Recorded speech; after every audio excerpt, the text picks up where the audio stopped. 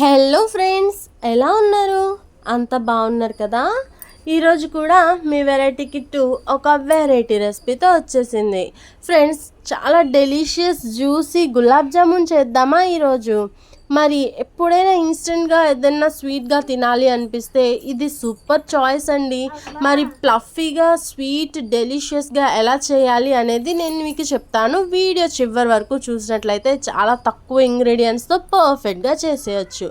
Friend, మరి బ్రెడ్ని slices బయట అమ్ముతారు కదా, ఇలా తీసుకున్నాను. సో 5 బ్రెడ్ స్లైసెస్ తీసుకున్నాము.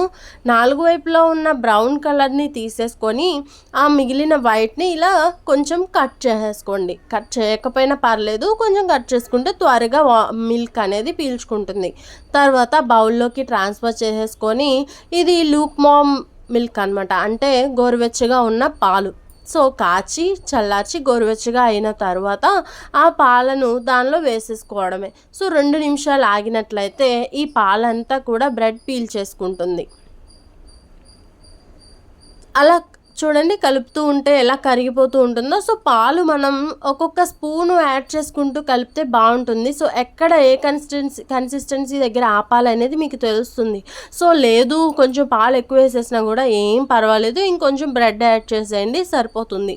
సో అలా కలుపుతూ ఉంటే చూసారా డవ్ ఎలా తయారైపోయిందో. చక్కగా చేతికి అంటకుండా వచ్చేంత వరకు కలుపుతూ ఉన్న తర్వాత చేతికి కొంచెం ఆయిల్ రాసుకున్నట్లయితే అంటకుండా ఉంటుంది. చూడండి ఎంత ఫ్లఫీగా ముద్దుగా ఉందో, చిన్ని పిల్లల బుగ్గలు పట్టుకున్నంత బాగుంటుంది. సో ఇంత సాఫ్ట్గా ఉన్న డౌని మనం చిన్న ఉండలుగా అంటే రౌండ్స్గా చేసేసుకోవాలన్నమాట. చూడండి, చేతికి కొంచెం ఆయిల్ పెట్టుకున్నట్లయితే అది మన చేతికి అంటకుండా అలాగే రౌండ్గా చుట్టడానికి కూడా ఈజీగా ఉంటుంది. అలా మిగిలిన పిండినంతా కూడా చక్కగా చిన్న బాల్స్ లాగా చేసేయండి. సో ఇంకొంచెం పెద్దగా కావాలనుకుంటే ఇంకొంచెం పెద్దగా చేసుకున్నా ఏం పర్వాలేదు. నేనైతే ఈ సైజుని ప్రిఫర్ చేశాను. ఆ తర్వాత ఆయిల్ని డీప్ ఫ్రైకి సరిపడినంత తీసుకొని వేడైన తర్వాత ఈ రౌండ్స్ అన్నీ కూడా దానిలో వేసేయండి. సో ఆయిల్ మనకి ఎక్కువ హైలో పెట్టకూడదు, కలర్ వచ్చేస్తుంది కానీ లోపల ఉడకదు. సో మీడియంలో పెట్టేసి చక్కగా ఒక 5 మినిట్స్ టైం తీసుకొని మెల్లగా వేయించండి. చూడండి, అటు ఇటు కలుపుతూ మొత్తం అంతా కూడా ఈవెన్గా కలర్ వచ్చేలాగా వేయించాలి. చక్కగా గోల్డెన్ బ్రౌన్ కలర్లో భలే ఉన్నాయి కదా.